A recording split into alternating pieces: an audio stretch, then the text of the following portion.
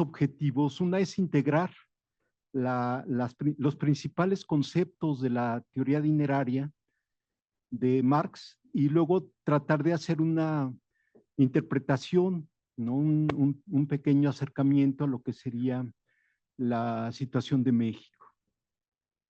Está compuesta esencialmente por dos grandes apartados. El primero es la parte teórica propiamente, que es el dinero. Hay que definir el dinero. Marx lo define muy claramente pues en las obras, esencialmente en el Capital. ¿Qué propiedades tiene este? Después vemos una postura importante respecto de la teoría cuantitativa del dinero que él asume también. Pasamos a las formas del valor en el intercambio y propiamente de la función dineraria. Y después sus funciones, las grandes funciones que él presenta y sus caracteres que son ser ideal, ser real y ser símbolo. Y todo esto, aunque parece abstracto, créanme ustedes que tiene una gran relevancia porque así es el dinero. Finalmente, algunos datos para ver si se aplica o no en el caso de México y las conclusiones. Hay tres grandes obras y hay muchas más, pero sobre todo tres son las grandes obras que tratan la cuestión dineraria. Los Grundrisse, escritos en 57-58 del siglo XIX, la parte de la contribución a la crítica de la economía política en 1859 y el Capital de 1867.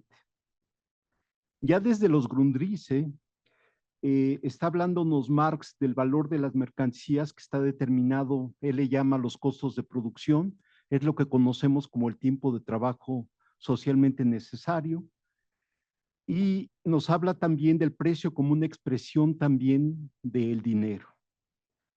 Y aquí hay algo muy importante que llevó muchos años en este debate entre lo que es el valor y los precios, ¿no? Este famoso problema de la transformación, que yo creo que Marx logra resolver, nada más que hay que leerlo con mucho cuidado y con atención para que no caigamos también en esta problemática. Marx nos dice que mientras el valor está determinado por el tiempo de trabajo socialmente necesario, el precio no está dado justamente por eso en el mercado, sino como sabemos por la oferta y la demanda. Y específicamente cuando tratamos de ver eso en un marco oligopólico, pues es mucho más difícil que se pueda ver que el precio coincide justamente con los valores.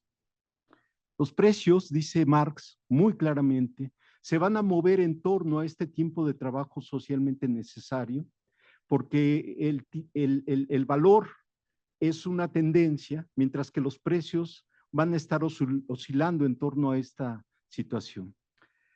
El dinero también, por otro lado, es una causal, una consecuencia de la División Internacional del Trabajo y se crea para eliminar inconvenientes, como bien sabemos, del trueque originalmente, para ir evolucionando social y económicamente hasta lo que es la constitución del sistema capitalista y su desarrollo en el siglo XIX, el XX y lo que llevamos de la actualidad, ¿no? También nos dice en los Grundrisse que hay varias propiedades que tiene el dinero y esto lo retoman después varios autores, ¿no? Es divisible, es homogéneo, es uniforme, tiene una duración determinada y es capaz de presentar diferencias de tipo cuantitativa, ¿no? No es lo mismo un peso que 50 centavos de peso o un billete de 1,000 pesos, etcétera, ¿no? La segunda obra, la contribución a la crítica de la economía política, ya no se está hablando de algo que es muy importante y que se va a tomar sobre todo en Bretton Woods, que es tomar al oro como el referente esencial. Es el patrón monetario y es el medio de circulación.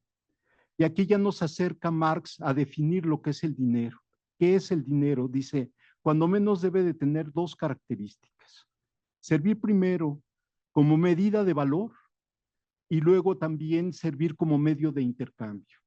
Keynes más adelante en su tratado de economía, su tratado de moneda, va a retomarlo, aunque nunca lo reconoce, esto es muy interesante, ¿no? Keynes no parece estar reconociendo las aportaciones de nuestro autor. Y esas dos funciones van a definir lo que es propiamente el dinero y va a incorporar otras tres funciones adicionales a estas. El medio de atesoramiento, el medio de pago y lo que conocemos como el dinero mundial. Finalmente, en la tercera obra, el capital, el dinero entonces ya queda muy bien establecido como las funciones de medida de valor y medio de circulación. Bueno, dicho esto, ahora quisiera abordar su postura respecto a la teoría cuantitativa.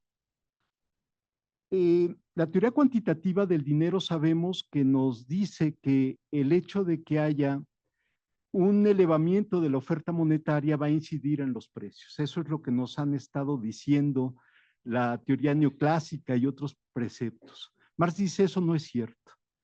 Aquí el sentido va justamente de los precios hacia la oferta monetaria, porque se requiere dinero para que puedan moverse las mercancías y para que pueda también establecerse los patrones monetarios, el equivalente general, y entonces esto va a determinar el funcionamiento de la oferta monetaria. Sin embargo, en algunos pasajes dice Marx, si el Estado imprime billetes de más, aquí es importante observar, una cosa es la moneda que puede estar circulando en metálico, en oro, etcétera, o en plata, en el caso de México, y otra cosa es cuando ya se imprimen billetes de curso forzoso por parte del Estado. Si el Estado se pone a imprimir billetes permanentemente, esto sí puede ocasionar un incremento de los precios.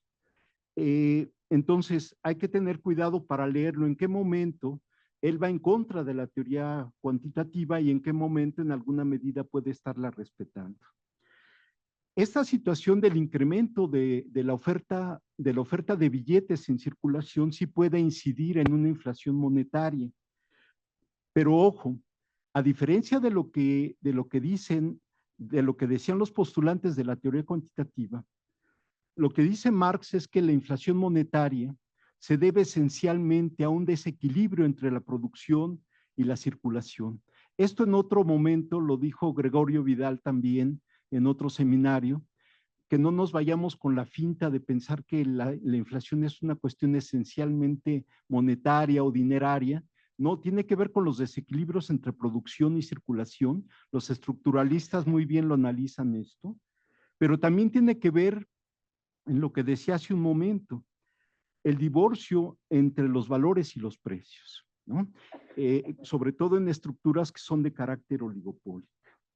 Entonces, tenemos nosotros una diferencia entre la teoría marxista del dinero y la teoría cuantitativa del dinero.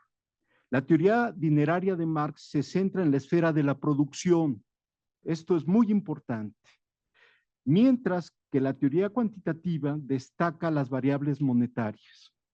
La segunda cuestión importante es que mientras la teoría dineraria de Marx se basa en la noción dinámica de la rotación monetaria, la teoría cuantitativista es estática. Esas cuestiones son muy importantes tomarlas en cuenta. Ahora, Marx, en los años que está analizando y construyendo su teoría dineraria, se basa en dos escuelas. Una es la escuela bancaria, la inglesa, y la circulacionista. La escuela bancaria, perdón, gracias por decir, lo agradezco, ya le di la vuelta. La escuela bancaria establece que el dinero metálico es uno de los mecanismos a través de los cuales se lleva a cabo la circulación como medio también de circulación, pero también como medio de atesoramiento. Esta misma escuela establece que los bancos no tienen la capacidad de emitir moneda convertible más allá de las necesidades de la propia circulación. Así funcionaba en el siglo XIX. Los circulacionistas, aquí entra lo que yo decía hace un momento, donde dice que los precios van a determinar la cantidad de moneda que es necesaria para la circulación de mercancías. O sea, no es que Marx descubre el hilo negro, se basa también en elementos que son importantes ya estudiados en la banca, en el sistema financiero y otras áreas importantes. La ecuación es muy simple. La sumatoria de los precios con respecto a la velocidad determinan la cantidad de dinero. Y si nosotros incorporamos, esa es la ecuación número 1. Si nosotros incorporamos a esta ecuación el papel del crédito y por supuesto también los pagos que representa esta cantidad de dinero prestado, entonces vamos a tener que hay variables también que están incidiendo con los precios, el crédito y la velocidad del dinero en esta oferta monetaria.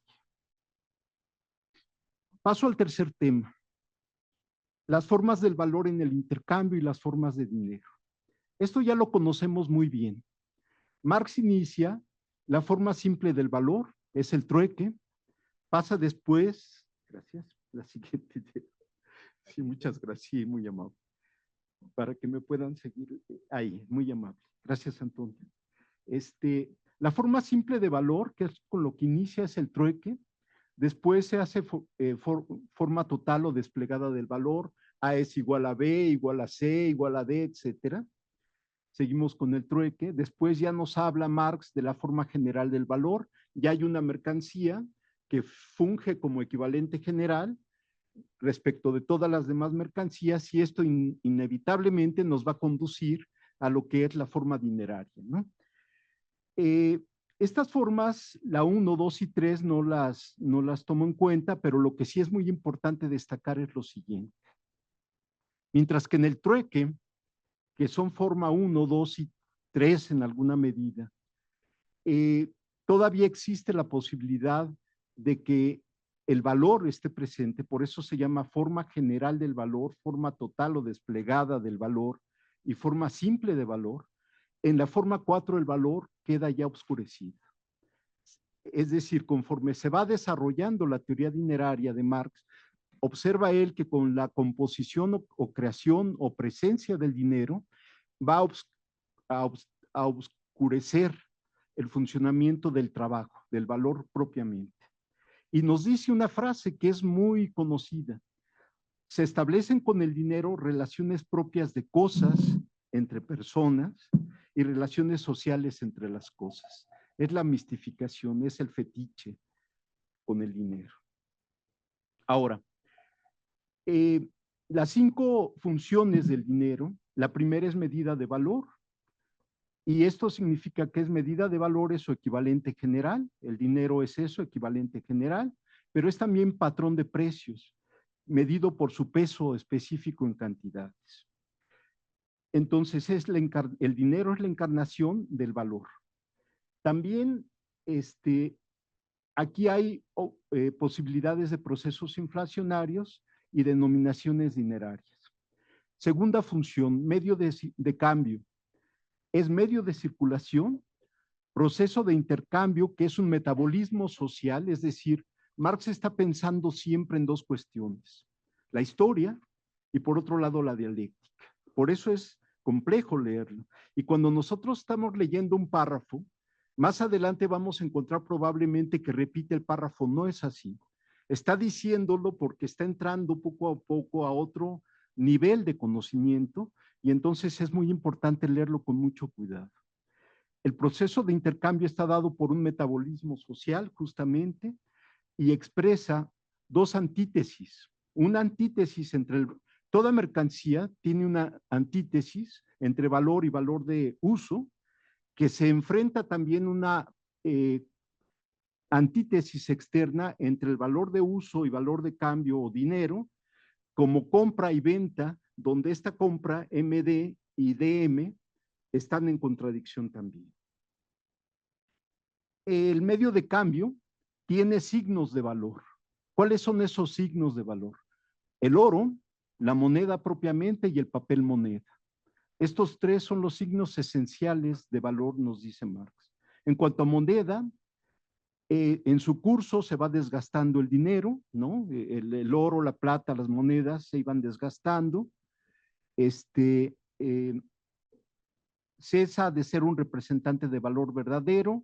En el caso del papel moneda ya dije que queda obscurecido enormemente ya el papel del valor, carece de valor el papel, se sustituye al oro, es reflejo del movimiento de leyes de curso dinerario y la emisión limita la cantidad de oro que tiene que circular.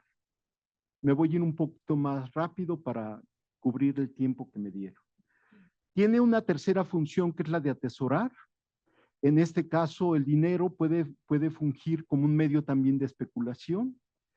La cantidad de oro o plata disponible debe de ser mayor que la empleada en su función monetaria y hay reunión de dinero para acrecentar la acumulación de capital. La otra función importantísima es la de ser medio de pago, el crédito, la deuda, que ha sido analizada por muchísimos de nosotros.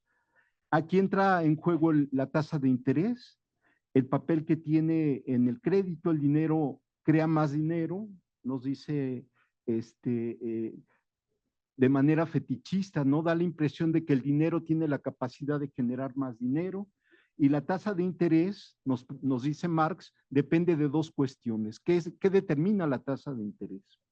Por un lado, el mercado de dinero, la oferta y demanda entre los capitalistas por estos préstamos, es decir, por la competencia, y por otro lado, por la propia estructura que tiene esta tasa de interés en el dinero, en el mercado monetario. La tasa de interés también implica circulación de capital que rinde interés, que adquiere autonomía y independencia. Esto también no es nuevo, ya estaba en Marx, esta autonomía del capital financiero, digámoslo así. La masa de capital dinero actúa también como capital común de toda la clase capitalista y también habla Marx de la crisis. El tema que reúne esta mesa se llama también crisis y ahí está tocado también esta situación. Por último, en cuanto al dinero mundial, dice él que sale de la circulación interna de un país, despliega su valor de modo universal, solo en el mercado mundial el dinero funciona de manera plena, efectivizando el trabajo social humano a nivel internacional y prepondera, dice él, a nivel mundial la función de medio de pago. Ok. Ahora, también nos habla del dinero como capital. Y esto es la forma general de capital, DMD'. Esto también ya lo conocemos, es comprar para vender. Significa también que existen contradicciones y toca la fuerza de trabajo. En cuanto que es mercancía, en cuanto que jurídicamente se establece una relación entre iguales, entre el capitalista y el obrero no posee medios de producción, es libre, entre comillas, no tiene más que su fuerza de trabajo y es una mercancía. Bueno, con esto es la parte teórica y ya la parte de interpretación es mucho más sucinta. Gracias. El dinero debe cubrir las funciones de medida de valor y medio de circulación. Bueno, en esta gráfica, a lo mejor no se alcanzan a ver las letras, pero tenemos en la gráfica del lado izquierdo los agregados monetarios M1 y del lado derecho el M2, ¿no? Ahí vemos cuál es su comportamiento. Esto va a estar relacionado con la siguiente gráfica, que es gracias, que es la siguiente, donde dice que el dinero se puede hacer de manera fraccionada. El Banco de México nos otorga el monto de billetes que está de curso forzoso en circulación. Del lado derecho tenemos la moneda metálica también que hay en circulación. Vean su comportamiento, va en sentido creciente. Tenemos también que los precios determinan la cantidad de dinero en circulación. La gráfica del lado izquierdo es la tasa de inflación, la del lado derecho la base monetaria. Aquí son datos hasta el año 2024 aproximadamente. La siguiente habla de los precios que determinan la cantidad de dinero y tenemos la relación de base monetaria contra el PIB nominal. La semana pasada Randall Gray hablaba de la importancia que tiene la inflación, cómo medirla y la relaciona con el Producto Interno Bruto a nivel nominal, porque el nominal está estableciendo la carga inflacionaria. Entonces hay una correlación, una regresión positiva ahí entre ambos elementos. En la siguiente tenemos que el dinero puede atesorarse, pues, por ejemplo, veamos si no hay reservas internacionales en el Banco de México, veamos también si no hay reservas de oro, la participación de oro en el Banco de México ha seguido creciendo, es la gráfica del lado derecho. Vean cómo los bancos centrales están buscando al oro y en el caso de México, ahí está presente. La siguiente busca una relación entre el crédito, que es del lado izquierdo, y la parte de la tasa de interés del lado derecho. Vean cómo estuvo muy elevada a principios de los años 2000, vino cayendo y después a partir de aproximadamente el año 2020 se aceleró y en los últimos meses, el último año ha estado bajando con una tendencia que se siga reduciendo la tasa de interés. La tasa de interés de referencia la tenemos ahora del lado izquierdo, del lado derecho la formación bruta de capital fijo. Marx dice que hay una relación inversa entre la tasa de interés y la inversión privada, productiva. Es evidente que si se sube la tasa de interés, vamos a tener un encarecimiento del crédito y puede estar frenando la cantidad de dinero para préstamo. Y finalmente, el dinero mundial, donde nosotros tenemos el tipo de cambio para que se vea cómo se referencia el peso con respecto al dólar y cómo el dólar también está teniendo una enorme participación también en el oro. No se dice que la Reserva Federal de los Estados Unidos toma en cuenta mucho para el comportamiento también del dólar, por muy separado que pueda estar, sobre todo en esta etapa de la flexibilidad cuantitativa que conocemos, pero es un referente. El oro no deja de ser un referente internacional muy importante. Por último, el capital ficticio. Dice Marx, los bonos, los títulos, las acciones, entre otros productos, los tenemos ahí. Bueno, ahí está la Bolsa Mexicana de Valores, su volatilidad, pero siempre una tendencia creciente, y la Bolsa de Wall Street, que ahí está totalmente ficticia, ¿no? Aunque claro, es un mecanismo de distribución de la riqueza también. ¿Qué concluimos? Que es un poderoso instrumento teórico, el de la teoría dineraria, para explicar el comportamiento del dinero en el sistema económico, monetario y financiero. Existe un deseo deliberado de ocultar esta teoría para la construcción del conocimiento crítico y transformador. Tiene el propósito de mostrar complejos fenómenos que intervienen en el funcionamiento primero de Inglaterra del siglo XIX y su liderazgo en Europa, y es consistente y crítica para aplicarlo al tiempo actual y particularmente en México. Esas son esencialmente las conclusiones que nosotros estamos sacando. Quiero terminar y termino a tiempo señalando que sobre todo para los estudiantes del posgrado, de la licenciatura, lean por favor Economía Política, lean la teoría de Marx, analicen lo que nos está planteando porque es enormemente importante comprender esta teoría para contrastarla con la teoría poskeynesiana, con la teoría keynesiana, con la teoría de la regulación, con la teoría neoclásica, etcétera, etcétera. Muchas gracias.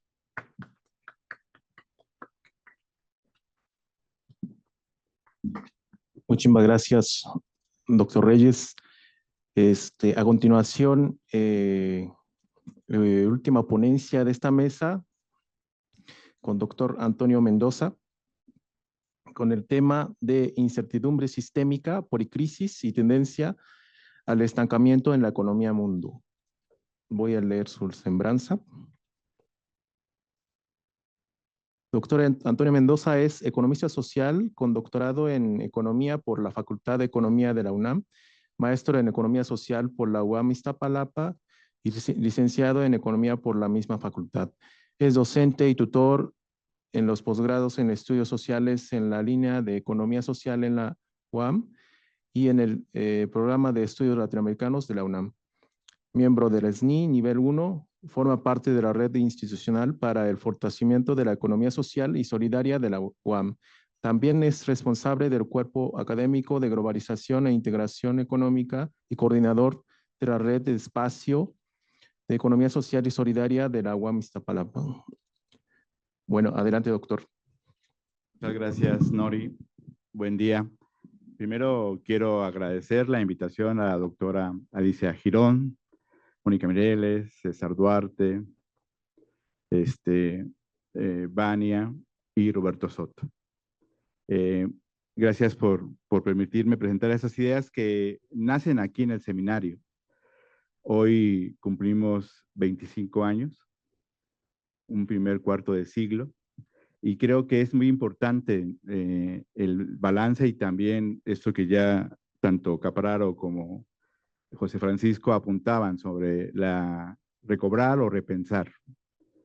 En esta mañana, entonces, también agradezco a Nori la moderación y a los estudiantes que hoy nos acompañan en la sala, que está casi llena. También es muy importante para nosotros poder entonces compartir estas ideas.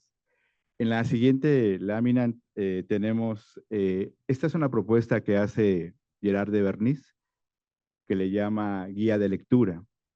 Una guía de lectura entonces es para poder indicar las respuestas a las preguntas que buscamos y al mismo tiempo busca señalar los principios metodológicos que estamos pensando hacerlo. Recobramos a 4 autores. Economía Mundo, como saben, es un paradigma enfoque que propone Immanuel Wallerstein. En la parte de la policrisis, retomamos que es algo que está en curso, una discusión, pero encontramos un antecedente en Edgar Morin al poder entonces precisar el concepto de policrisis. En la tendencia al estancamiento, recobramos un trabajo de Celso Furtado, una de la doctora Eugenia Correa y un trabajo de Mónica Mireles. Finalmente cerramos con la incertidumbre sistémica, que es una propuesta de Gerard de Bernis, y abajo hay 2 publicaciones recientes sobre el tema. Uno es gracias a la invitación de José Francisco en el seminario en León, y el otro es una publicación de la Universidad del Caribe. Entonces partamos de esta definición de Immanuel Wallerstein. Él nos dice entonces que analiza el sistema mundo, en donde encuentra entonces evidencia histórica y empírica para llamar a esta una economía mundo capitalista. Esa es su unidad de análisis. En esa unidad de análisis entonces recobra toda una tradición de estudiar a los minisistemas, a los imperios mundo y a la economía mundo. En esa economía mundo entonces tenemos esta forma de lo que ya se ha señalado aquí y en otros espacios sobre lo que representa la economía mundo capitalista. En la siguiente lámina es una línea del tiempo. Para Immanuel Wallerstein, entonces esto inicia en el siglo XVI y en el siglo XIX se consolida. En la economía mundo él encuentra como unidad de análisis su génesis, su funcionamiento efectivo y finalmente su bifurcación, lo que significa que en la bifurcación está una posibilidad de trascender a ese sistema mundo. Para el caso del capitalismo histórico, lo asocia con una civilización capitalista y esto que se ha también abordado en otros espacios sobre una civilización material. Lo que ustedes ven en los círculos es lo que para el autor considera que atraviesa, le llama así, los 4 jinetes del apocalipsis. Y nos acompañan, ¿no? Es cierto. Guerra entre estados, guerra civil, el hambre, no tanto como hambruna, sino todo lo que ha pasado en el campo, en la parte de todos esos procesos mecanizados, ¿no? Para poder obtener, provocan al mismo tiempo una disminución en esas formas tradicionales de la agricultura. Y las epidemias, que a partir de la COVID-19 llegaron para quedarse de una forma más visible. Él nos dice entonces que la Revolución Industrial en Inglaterra y la Revolución Francesa fueron los 2 hechos históricos muy localizados que tuvieron vocación de mundo. A partir de ello, entonces, se puede señalar que el capitalismo se despliega y encuentra entonces esta forma que hoy encontramos como el capitalismo histórico.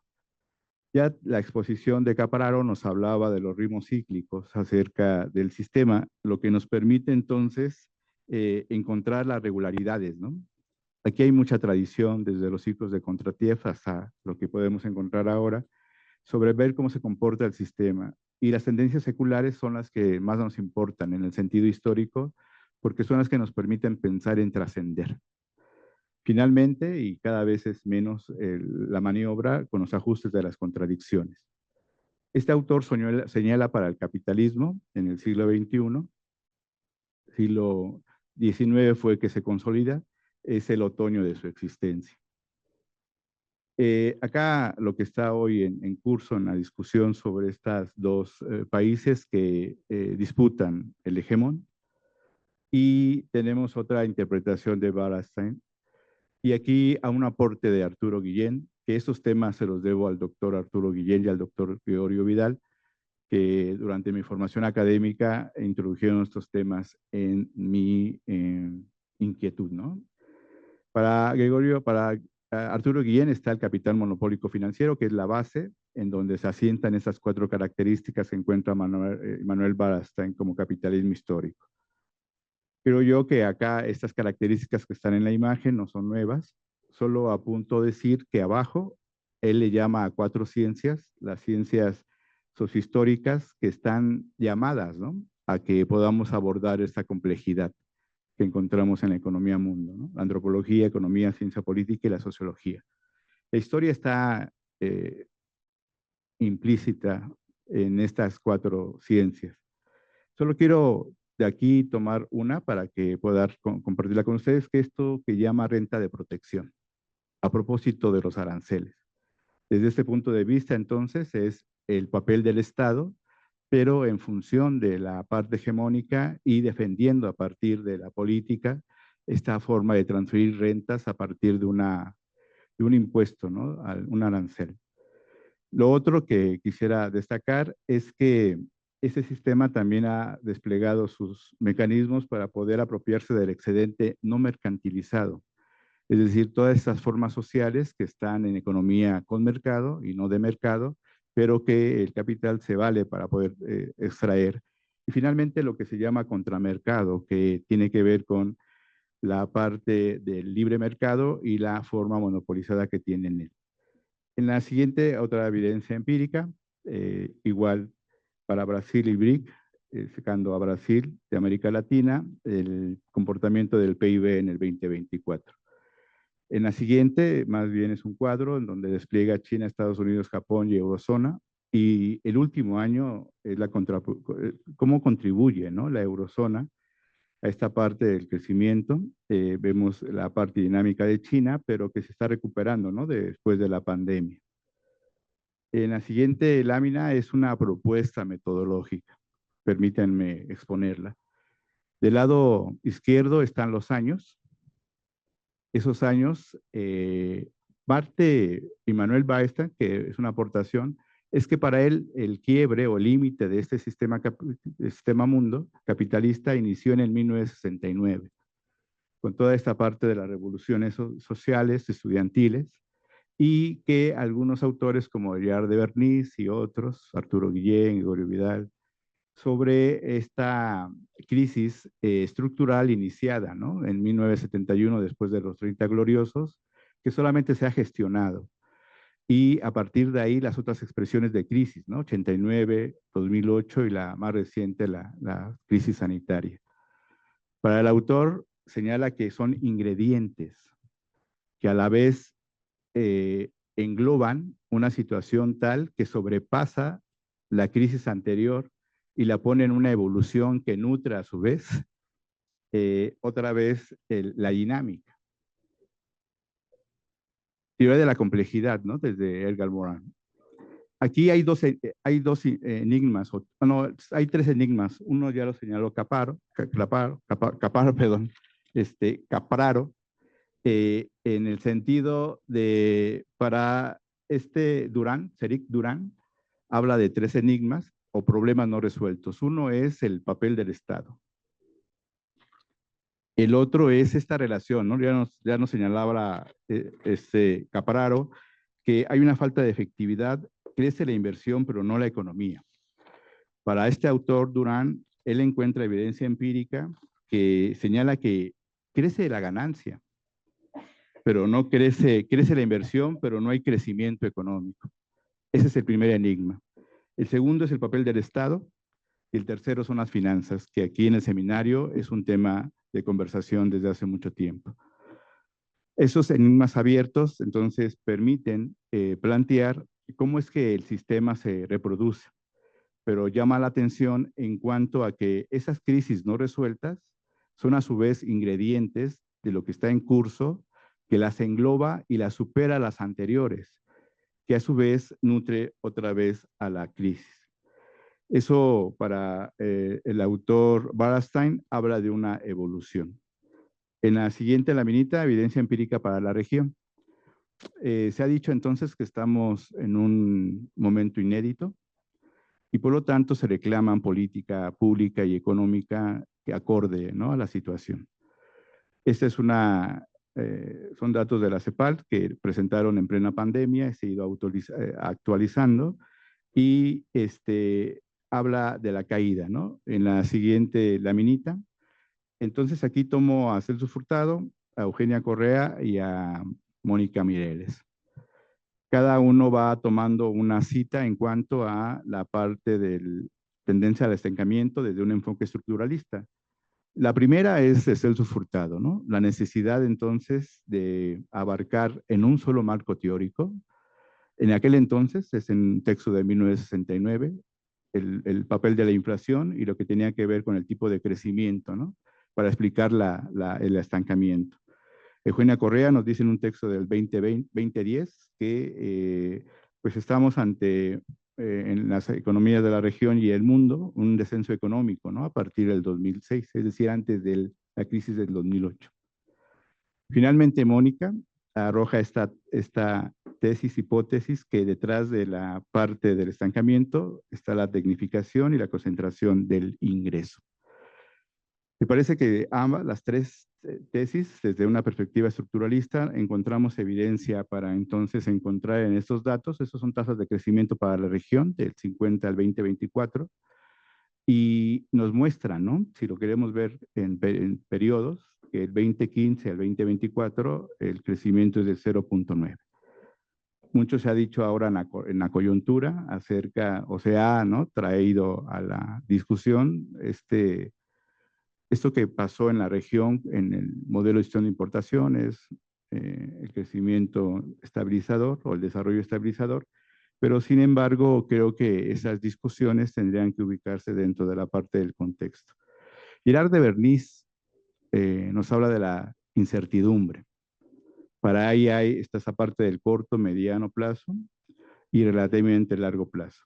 Una ya nos habló también Capraro y José de Francisco, que tiene que ver con las tasas, la relación del tipo de cambio, la tasa de interés y el beneficio futuro. Para el autor, en un texto de 1988, la salida de la incertidumbre tendría que ser forzosamente salida de la crisis. Esto es una frase de Girard de Bernis. Ahí está el origen para él de la incertidumbre. Hoy las ganancias de hoy ya no es la inversión de mañana y menos el empleo de pasado mañana. Ya nos lo dijo Capraro, no hay una correlación. Y sin embargo, el sistema avanza. Ahí el quiebre, quiero llamar su atención sobre la COVID. Para algunos autores señalan que hay un antes y después y que hoy vivimos en un mundo inédito. Por lo tanto, si nosotros recobramos esta incertidumbre anterior, hoy estamos ante una incertidumbre sistémica. Si aquí agrego a los autores antes ya citados. Ya para terminar, me gustaría colocar una reflexión o un debate. Esta primera es, dentro de este contexto que manejan los autores, ¿cuál podría ser un futuro alternativo más deseable?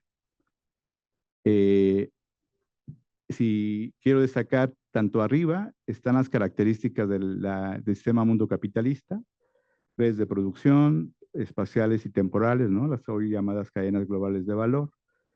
El Estado, hoy en esta parte de la lucha hegemónica, las estructuras interestatales que se están ahora fungiendo como protección, ¿no? Lo vieron el fin de semana en Alemania. Ahora acaban de anunciar, ¿no?, que ese país quiere volver al franco. quiere cerrar sus puertas y el principal enemigo es la parte de la migración.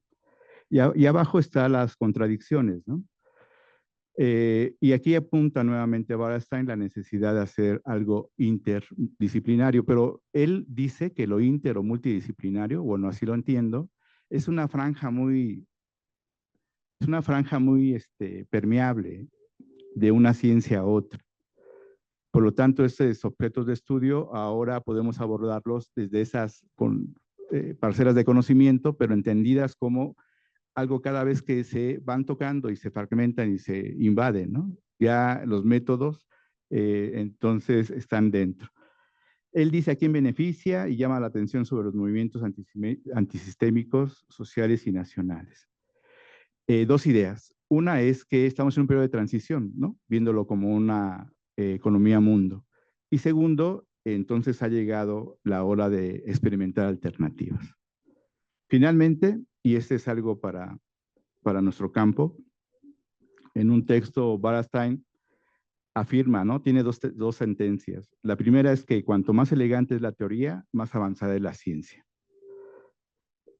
Y la investigación empírica sistemática y precisa, seguida por la inducción para formular teorías.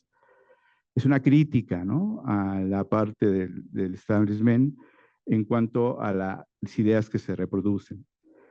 Él nos dice y llama la atención que es el momento en que estas ciencias históricas puedan tomar también un papel relevante en el estudio del objeto que tiene que ver con la economía mundo, porque la economía mundo capitalista es una creación social. Muchas gracias.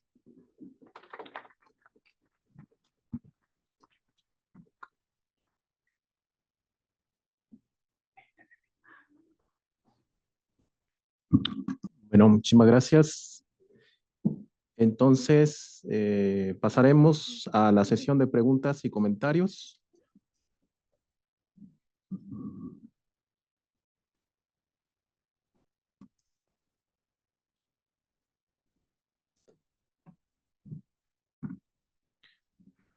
Bueno, para Mónica, a ver, micrófonos por si... Ah.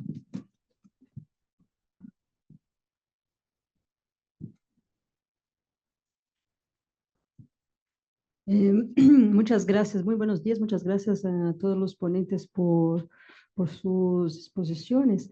Yo tengo una pregunta para Capraro, que es, me quedé con la duda y a ver si nos puedes ayudar un poquitín a entender mejor la dinámica de la inversión pública y por qué la inversión pública no está teniendo ese efecto crowding de guiar la inversión privada y que si la inversión privada y inversión pública incrementa a inversión ambiental, aumento de productividad y un ciclo virtuoso ahí de la inversión, sector manufacturero, productividad, salarios, ¿no? Entonces, yo quería preguntarte un poco eso, ¿dónde, por qué, con qué anda pasando, ¿no? O sea, si México, Brasil y Argentina han incrementado su inversión pública, ¿qué es? El problema es la inversión privada. ¿Por qué la inversión privada no le está entrando a ese señalamiento, ¿no? Y para José Francisco, quería pedirte, por favor, también una palabrita, si puedes complementar con tomo 3 del Capital y el tema del dinero crédito, ¿no? Entonces, más, porque siento que el oro como referente y el espejo del valor de todas las mercancías quedó muy en tomo 1, pero el tomo 3, Marx realmente trae otros elementos para pensar el fenómeno monetario, ¿no? Entonces, si nos pudieras compartir un poquitín esa tu lectura del tomo 3 y dinero crédito ahí en el tomo 3. Y finalmente para Antonio, que también yo creo que tu intervención y la de Capraro tocan en esa inquietud de entender la tendencia, qué explica la tendencia del estancamiento, ¿no? Entonces, la dimensión, o sea, con Capraro estamos discutiendo eso, ¿no? Los determinantes de la inversión y las dificultades que los niveles de inversión pública realmente canalicen y indiquen el camino para incrementar la inversión privada, que es el motor, ¿no?, ahí del crecimiento económico.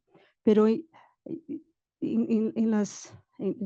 en los enfoques que trajiste, la dimensión política, ¿no? ¿Qué está pasando con la dimensión política y por qué no hay el despliegue más optimista que realmente nos saque de esa tendencia al estancamiento en los países latinoamericanos, ¿no? Entonces esas serían mis 3 preguntas. Muchas gracias.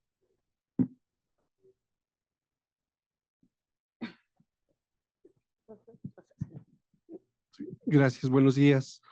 Yo solamente quisiera recibir los comentarios del doctor José Francisco acerca de lo que significa o de lo que podría representar actualmente el desarrollo de una moneda hegemónica. Hablaba precisamente del dinero como un medio que se utiliza para la transacción de mercancías a nivel nacional y también hablaba del dinero a nivel internacional.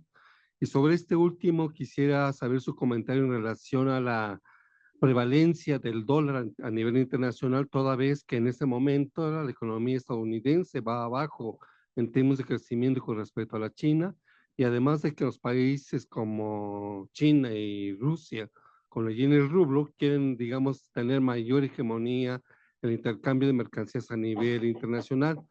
Entonces, doctor, si pudiera usted comentar ¿cuál sería en este momento un posible pronóstico de la continuidad de la hegemonía del dólar o de la debilidad del dólar en cuanto a su permanencia en este sistema financiero mundial? Gracias.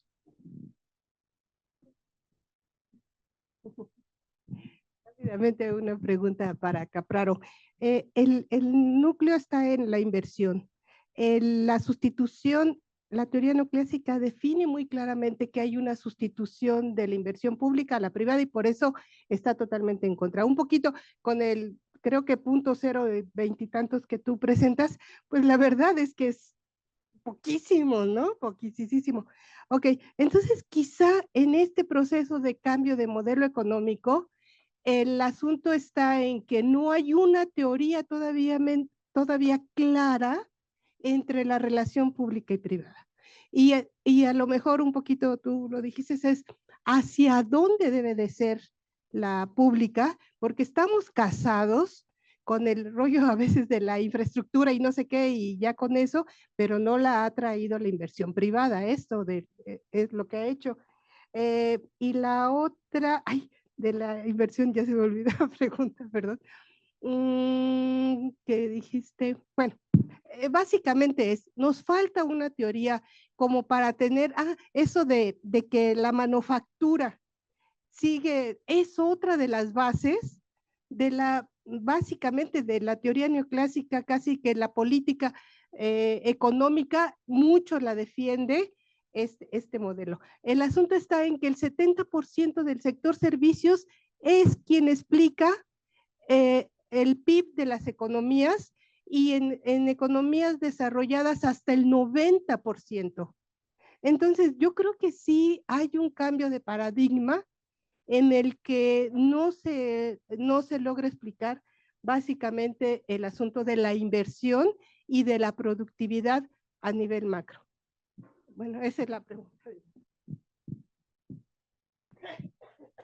Gracias, buenos días. Mi pregunta y comentario es para Capraro, por lo que decía sobre, primero, el Banco de México está enfocado en la cuestión de mantener la inflación, ¿no? Creo que en México, ¿no? A pesar de la autonomía del Banco de México, sí hay una clara, digamos, influencia de la tasa de interés de Estados Unidos, ¿no? O sea, es decir, cuando Estados Unidos eleva sus tasas de interés, el Banco de México reacciona para contener esos efectos en cuanto a la salida de capitales, ¿no? Tenemos una economía dependiente de, pues de dólares, ¿no? Entonces, como en su mayor parte las de Latinoamérica, ¿cómo se puede visualizar este efecto, digamos, en la política que va a hacer este banco, ¿no? Porque a final de cuentas esa autonomía no está siendo real, ¿no? Eso por un lado. Por otro lado, durante muchos años habla de que sí hubo inversión privada en México de 2000 a 2010, ¿no? Que también estaba enfocada, como ya lo mencionó la compañera, en una cuestión de infraestructura, que estamos un poco casados con esta cuestión y en realidad no está siendo destinada a proyectos productivos, ¿no? Que ese sería el caso de economías asiáticas, por ejemplo, ¿no? Sin embargo, este gobierno, también por la cuestión que usted abrió en su última participación, ¿no? Que vemos esa forma de proyectos en la nueva administración. Yo creo que, o bueno, desde mi punto de vista, esta forma de industrialización que propone también está dejando de lado, ¿no? A toda la parte de los territorios, de la población, de las comunidades, ¿no? Se está centrando en atraer inversión extranjera, que muchas veces, o en muchos parques industriales, lo hemos visto en México, pues lo que hacen es venir a depredar recursos naturales, a pagar salarios, ¿no? Se anuncian inversiones millonarias de empresas multinacionales que tienen problemas laborales, ¿no? Entonces, ¿qué tipo de crecimiento queremos, no? ¿Queremos esa atracción de inversiones o hacia dónde ir, no? Ese sería mi comentario. Gracias. Bueno, gracias. Hasta aquí digamos, la primera sesión de preguntas, comentarios, y vamos a ceder palabras a los ponentes. ¿Sí? Ok. Entonces, bueno, muchas gracias por las inquietudes. No tengo las respuestas a todas las preguntas. Entonces, en el caso de la inversión pública en México, llama la atención esta cuestión de que durante los primeros años 2000 se incrementó fuerte la inversión hasta el año 2009.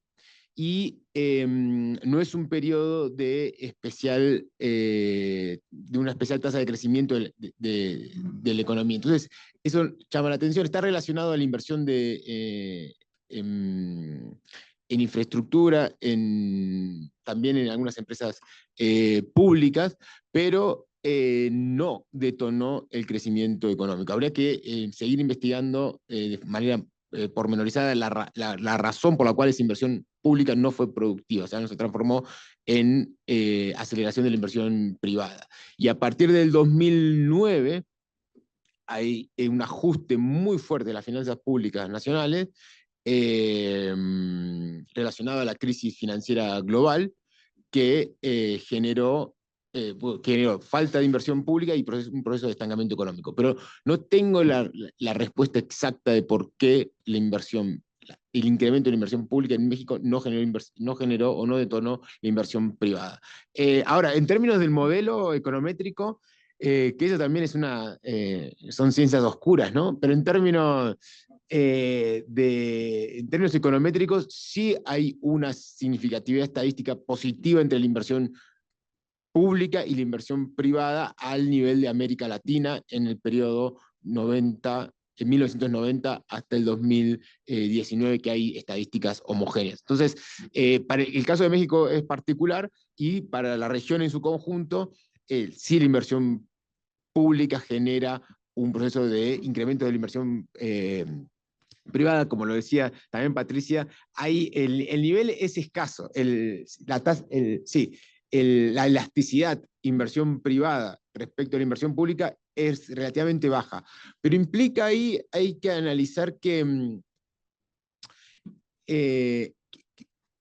una explicación posible, ya con esto no me tomo más tiempo, es que la inversión pública es muy baja en la economía. En la economía. Entonces, una explicación posible es esa, que como la inversión pública es muy baja, cuando aumenta la inversión pública, no genera un proceso de crecimiento de la inversión privada. Ahora, los números están en términos de elasticidades. Entonces, un incremento del 1% en la inversión pública es asequible y es posible. Entonces, ese efecto se ve multiplicado para la inversión privada. Yo creo que aquí el debate, y es muy interesante que plantea Patricia, o sea, esto está en términos de decir, bueno, todavía lo que decía Kaldor es cierto, pero estamos frente a un proceso de incertidumbre, y eso también lo podemos relacionar a lo que planteaba Antonio, acerca de cuáles son los sectores que tenemos que incentivar y cómo esos sectores que tenemos que incentivar se van a transformar en mejoras salariales, también como lo planteaba la compañera. Es decir, claramente la clave va a estar en el sector servicios, porque el sector manufacturero cada vez representa una menor proporción de empleo y de valor agregado. Entonces, ahora, ¿cuáles son los sectores? ¿Cuáles son los sectores dentro del sector servicio? Porque no podemos generar una economía basada en restaurantes y supermercados. Entonces, claramente ahí tenemos que repensar la teoría estructuralista para ver cuáles son los sectores que tenemos que impulsar. Y esa es parte de la respuesta de la que no tengo. Y lo mismo, o sea, yo diría la misma dirección para la última pregunta. Es decir, nosotros sabemos que la industria automotriz genera un proceso positivo, pero tiene todas las cuestiones negativas de efectos climáticos, efectos sobre los recursos naturales, pero sabemos que tiene efectos positivos. Ahora, esa industria ya la tenemos desarrollada en el país. Entonces, ahora las nuevas industrias que tenemos que desarrollar no son simples. No son simples. Entonces, por ejemplo, el Plan México que se está tratando de incentivar, se trata de incentivar las industrias tradicionales, desde juguetes, textil, zapatos y cuero, por un lado que ya son tradicionales, y después la industria automotriz. Industria automotriz y pantallas y componentes de la industria de chips. Pero esos son las respuestas que nos dimos en los años 90. Ahora creo que desde la academia, desde el seminario, deberíamos pensar cuáles son los sectores que van a ser la respuesta a las preguntas que tenemos para los próximos 50 o 30 años, porque no son los sectores que nos dieron la revolución o el crecimiento a partir de la industrialización por sustitución de importaciones, los que van a ser la respuesta a los problemas que tenemos en los próximos años. Muchas gracias. Gracias. A continuación le cedemos palabra para doctor Reyes, por favor. Gracias. Mónica, gracias por tu pregunta y compañero también a ti. Voy a tratar de responder, ¿no?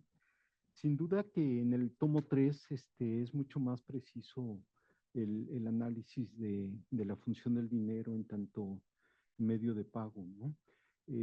Recordemos también que quien integra esta parte es Engels, porque Marx ya está muerto, pero trata de ser bastante congruente con los escritos que hace Marx, ¿no? Esto Dussel y otras personas, me refiero al filósofo, lo han trabajado.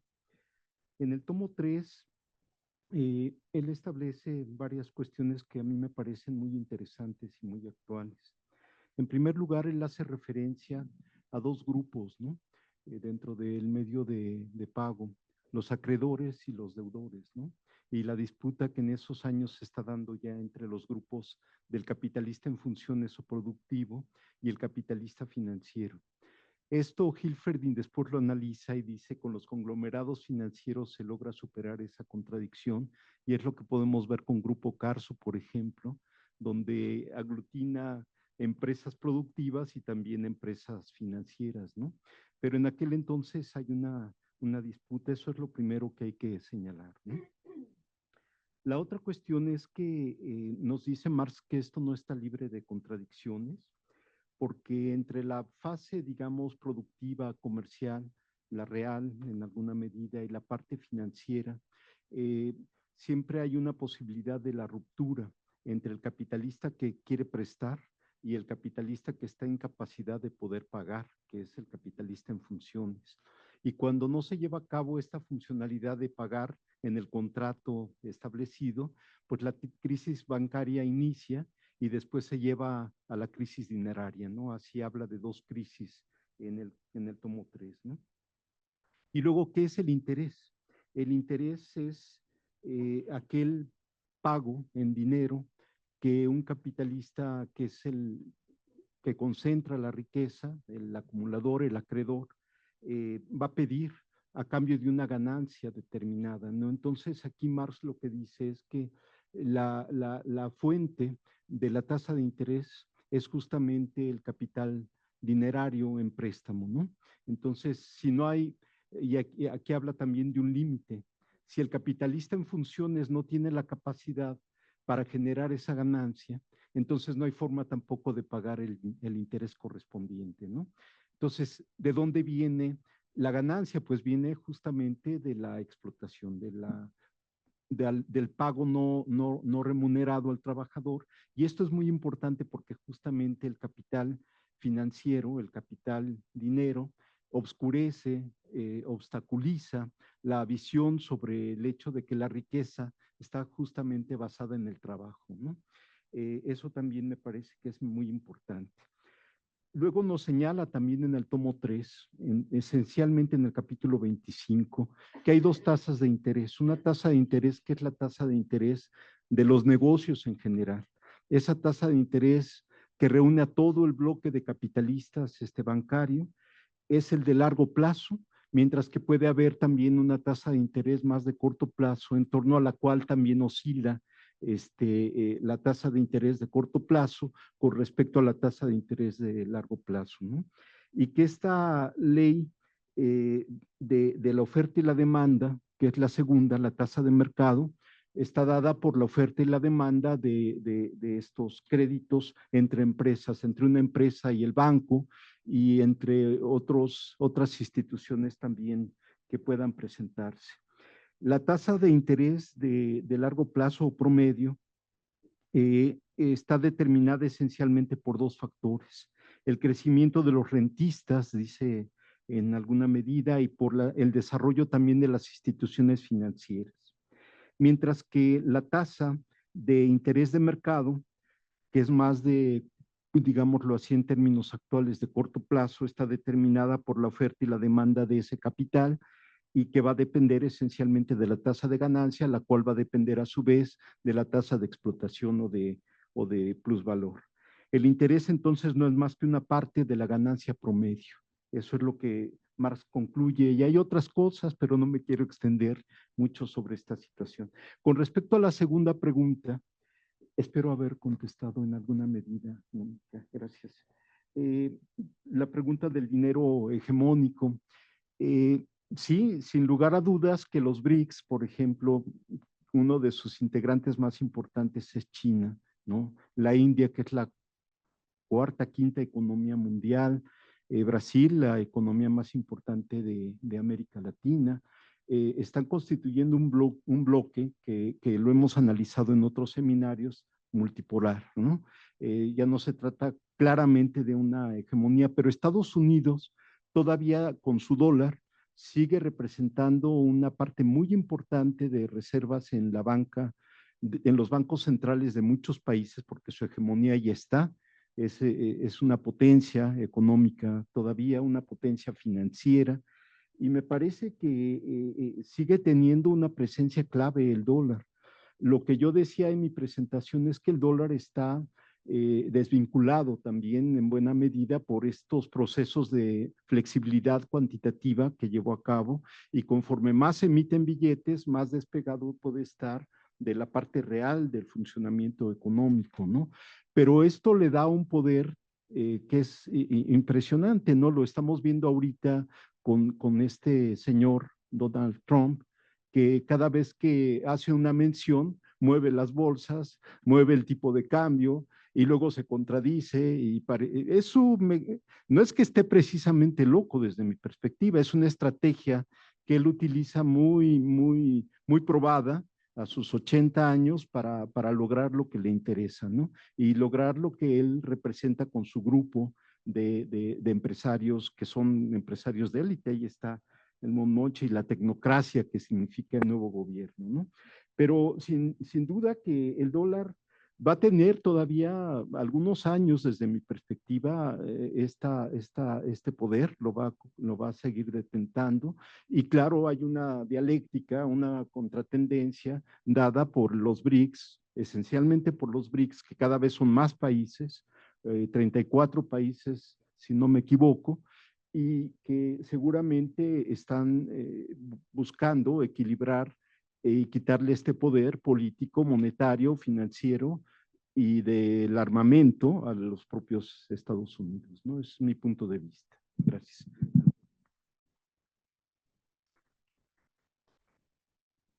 Muchas gracias.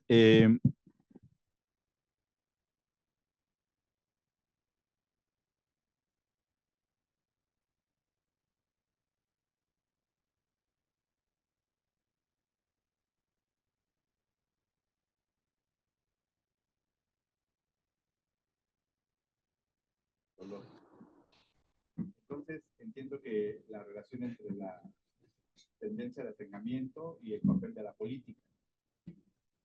Un economista, Cedric Durán, él habla acerca de los enigmas, ¿no? ¿Cómo explicar esta parte de ahora? No hay una correlación entre la ganancia, también lo decía Gerard de Berry, la ganancia de hoy ya no corresponde a la inversión de mañana y tampoco al empleo de pasado mañana. Se ha roto. La posible, como una respuesta metodológica, nos llama la atención Manuel Barasta de poner la acumulación. ¿Ya? Sí. Voy a iniciar mi respuesta. Nada, es cierto. Entonces, el principio metodológico tiene que ver con el papel de la acumulación y la transferencia y concentración del excedente. Hoy sabemos que esta parte de la acumulación está más medida por una renta y la parte del Estado está en una competencia interestatal y que la política hoy se ha convertido, ya decía hace rato José Francisco, en una plutocracia. Para otros es una tecnocracia y más reciente el tecnofeudalismo, ¿no?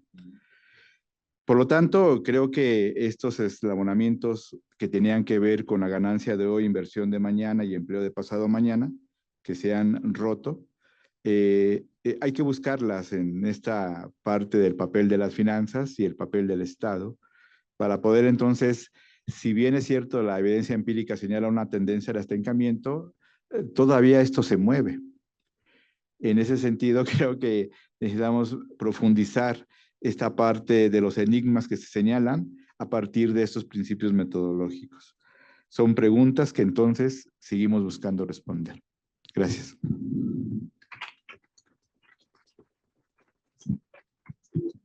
Muchas gracias. Le cedo la palabra a la doctora. Sí, gracias, Nori. Bueno, de repente me vinieron algunas ideas que quería comentar con ustedes, con los ponentes. Yo creo que cuando estudiamos México, yo creo que hay que entenderlo como una economía monetaria de doble patrón monetario, que es un poco la tesis de Alan Pargués, porque si solamente pensamos que tenemos una moneda, entonces nos dan resultados como el Plan México. Por el otro lado, la tasa de interés, Francisco, es una decisión política, definitivamente. La tasa de interés de la década de antes del COVID tiene unas razones políticas y una vez que después del COVID también tienen razones políticas que no han logrado disminuirla como ellos quisieran. Y hay algo que también me llama la atención cuando se hacen los análisis del gasto público y se relacionan con la inversión privada. En el gasto público, o sea, ¿por qué no tenemos más gasto público? No sé, ahí, ¿a qué gasto público? Porque el gasto público se divide en varios sectores. ¿A qué sectores se están refiriendo al relacionarlos con la inversión privada? Porque una parte del gasto público, que es, yo cada vez que tengo la oportunidad me gusta comentarlo, es el costo financiero del endeudamiento externo. Es un costo que ni siquiera el régimen de la 4T ha logrado disminuir. Y creo que esta es una trampa que tenemos en México y tenemos en todos los países del sur global, ¿no? O mejor dicho, subdesarrollados, ¿no? Pero como ahora hay que darle otro énfasis, porque somos del sur global, ¿no? Y nada más una acotación. Para mí la industria automotriz es una maquila. Estaba viendo las reglas de origen del Tratado de Libre Comercio. Yo no sé si es del último o del anterior, pero allí dice claramente que el acero, que es parte del que se utiliza para los coches, para la industria automotriz, tiene que, desde su inicio, tiene que partir de la fundición. O sea, y nosotros importamos, y por eso es que Trump está muy enojado, porque nosotros importamos acero de China. Entonces, lo que tenemos que hacer es dejar de importar el acero de China para que no se enoje, porque hay una relación, o sea, el problema, Trump lo que quiere es tapar todas aquellas posibilidades de que China siga creciendo y lo va a hacer de diferentes maneras, ¿no? Pero entonces, en las reglas de origen, ahí dice claramente en la fundición. Y además está, creo que tiene 1500 hojas, el segundo, el primero tuvo como 1200, ahorita no tengo las cuentas, pero lo estuve viendo este fin de semana. Y otra cosa que también me llama la atención es toda esta tesis de Wallerstein y del otoño, porque Schumpeter claramente define el sistema económico capitalista donde existe la propiedad privada, el crédito y el mercado. Entonces yo me pregunto si al otoño a qué se refiere. ¿A quién? ¿Cuál es el actor? Si se refieren a Estados Unidos, porque en China, cuando uno estudia a las grandes empresas chinas, resulta que los inversionistas institucionales como BlackRock participan en ellas. Entonces, el otoño quiere decir que cero propiedad privada, el crédito ya no va, y la economía de mercado que va a ser de trueque. Entonces, no sé, y por el otro lado, en todo el análisis que hace José Francisco, creo que una de las definiciones más importantes del dinero es que es una abstracción social. El dinero es una abstracción social, entonces, y por lo tanto, el tomo 3 es quizás una de las mayores aportaciones que tiene la obra del Capital, ¿no? Más allá de lo que está en los índices y en los otros, pero me parece que el crédito no solamente hay que estudiarlo en la obra de Marx, por supuesto está en Hilferding, en Schumpeter, en el último capítulo de su obra, de su primer libro, ¿no? La teoría del desenvolvimiento económico, que el último capítulo es el ciclo económico, y por supuesto lo retoma Keynes en el capítulo 17 de su obra, ¿no? Entonces, son comentarios más que preguntas, y esto sería todo.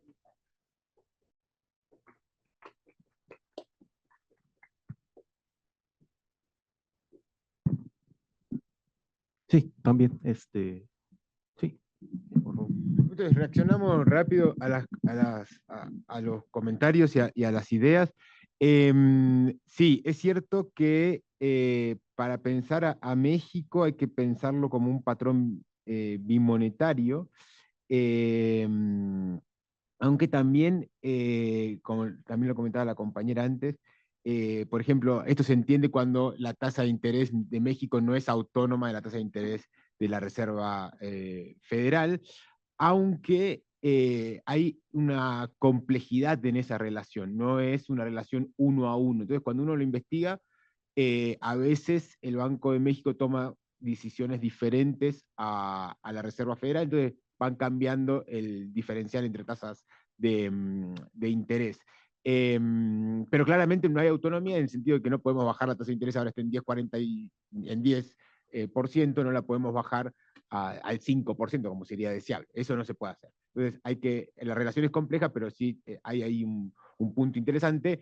Hay una autora muy importante, una economista alemana, Ellen Rey, que plantea que para tener una política monetaria autónoma hay que tener controles de capital. Se acabó. Es decir, si realmente queremos tener esa política, tenemos que tener controles de capital.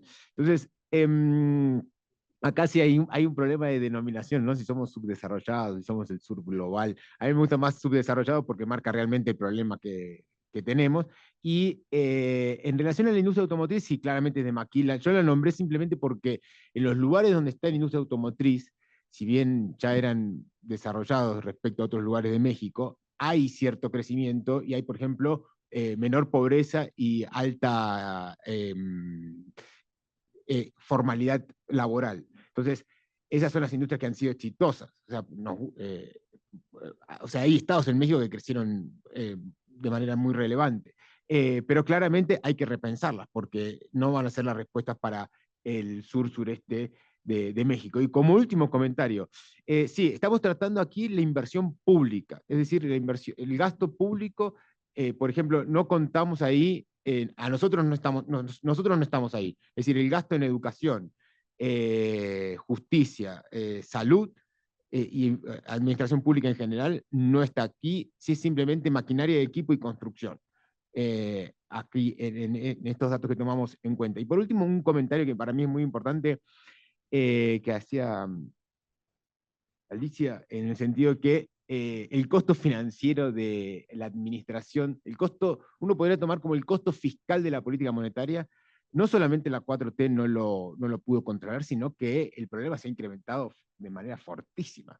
Es algo que no se tiene muy en cuenta, pero el incremento de la tasa de interés hasta el 11, más del 11% que tuvimos en estos últimos años, ha tenido un golpe importante en el presupuesto público, y una de las razones por las cuales se está planteando que se pueda ajustar 3 puntos del PIB este año, es porque el gobierno piensa que parte de ese ahorro va a venir por parte de la menor tasa de interés de la deuda pública. Sin embargo, para mí eso es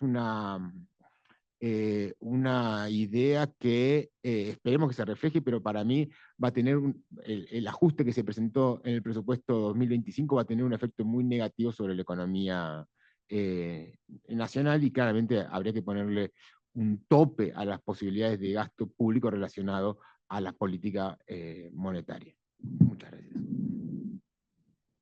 gracias. Gracias. Perdón. Gracias. Estoy totalmente de acuerdo con lo que dice la doctora Girón. Me recordó a algunos pasajes de los cuadernos de Gramsci, ¿no? Él toca esta cuestión de la tasa de interés en alguna parte y por supuesto que tiene que ver con los poseedores del capital financiero y aquellos que lo necesitan. Sin duda que así como la inflación, también la tasa de interés son dos mecanismos de poder, ¿no? De poder, de posibilidades de tener el control sobre los distintos grupos y sobre el dinero y la propiedad, ¿no? Entonces, sí me parece que es muy importante. El otro comentario que hace la doctora Girón está relacionada con que puede haber dos patrones en la actualidad. A mí me hubiera gustado mucho que los autores, Capraro y Pánico, nos presentaran los datos de 2019 a 2023, porque probablemente podríamos ver alguna información de un cierto giro, sobre todo en la inversión pública. Me refiero al indicador de inversión pública concretamente, y su papel también para ver si está dinamizando o no la inversión privada, ¿no? Pero sin duda que esto de la inversión está vinculado con el papel del dólar en México. Las transacciones, los pagos a nivel internacional no se hacen en pesos, se hacen en dólares. Una gran cantidad de operaciones al interior del país en los bienes inmuebles, en la compra de grandes cantidades de mercancías, etcétera, se hacen en dólares. Entonces, sin duda que juega un papel muy importante el dólar en México, ¿no? quizás no al grado de lo que sería en Ecuador, ¿no? O en otros países de América Latina, donde hay economías dolarizadas completamente, pero tiene que ver también con este ejercicio y el control de las empresas transnacionales en México, ¿no? Entonces, estoy de acuerdo.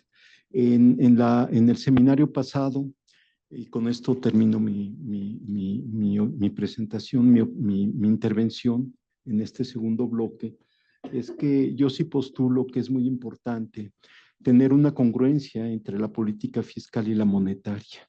Si no existe esto, es muy difícil que pueda llevarse a cabo, ya no hablemos del desarrollo económico, sino cuando menos un cierto crecimiento económico estable.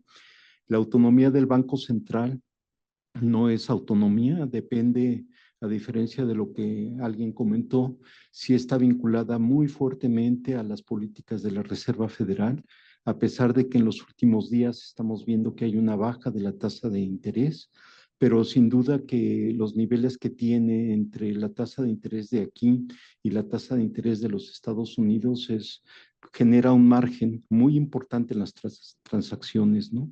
Hay ganancias financieras claves y creo que esa es una de las tareas. Y no pensar que el Banco de México debe de estar preocupado por la tasa de interés, ese no es su propósito esencial. Cuando el Banco de México se crea en 1925, el propósito del Banco Central era provocar el desarrollo económico. Y ahí están los papeles que nos llevan a un poco de historia del Banco de México y su crecimiento económico. Y claro, también se habla de la tasa de inflación, pero no es, o no era, mejor dicho, el propósito esencial. Muchas gracias. Gracias, doctora Girón. Siempre me siento que estoy en mi examen y jurado, ¿no? Con las preguntas. Y sí, doctora, Marstein en uno de sus textos del 2007 retoma todas esas observaciones y límites. Una de las cosas es esa parte de ser el 2050 se acaba el mundo, ¿no? Tomando esas críticas, dice, bueno, no estoy proponiendo una teoría, tampoco es un enfoque, es un paradigma, dice él, y justo el paradigma es para poder discutir sobre el paradigma, ¿no? En ese sentido, creo que hay una apuesta en uno de sus otros textos, en donde ya habla más bien de bifurcación. Creo que ahí podemos tener una coincidencia en cuanto vivimos un mundo inédito, hay una bifurcación y por lo tanto amerita un análisis. Y en esta parte de llamar el otoño, y él, hasta donde entiendo en sus lecturas, habla sobre no hay una caracterización por país como locomotora, más bien es como la parte y encuentra evidencia empírica e histórica sobre esas tres fases, ¿no? De los sistema mundo. La génesis, la funcionalidad relativa y la bifurcación. Entonces yo creo que es una invitación para poder y también con la pregunta de usted para seguir pensando. Gracias.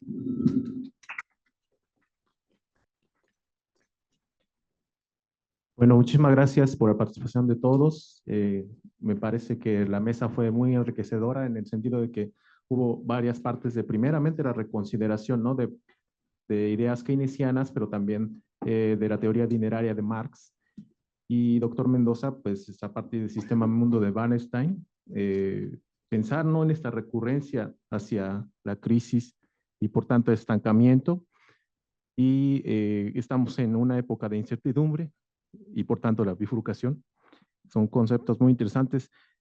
Pues yo creo que ha habido propuestas concretas, también ideas y debates abiertos y que finalmente nos generan más preguntas y que todo esto me parece que enriquecerán todos los debates que continúan en estas jornadas. Entonces esperamos la participación de todos ustedes en estos 3 días y muchísimas gracias. Damos por concluido esta primera mesa, dinero, estancamiento y crisis. Muchas gracias.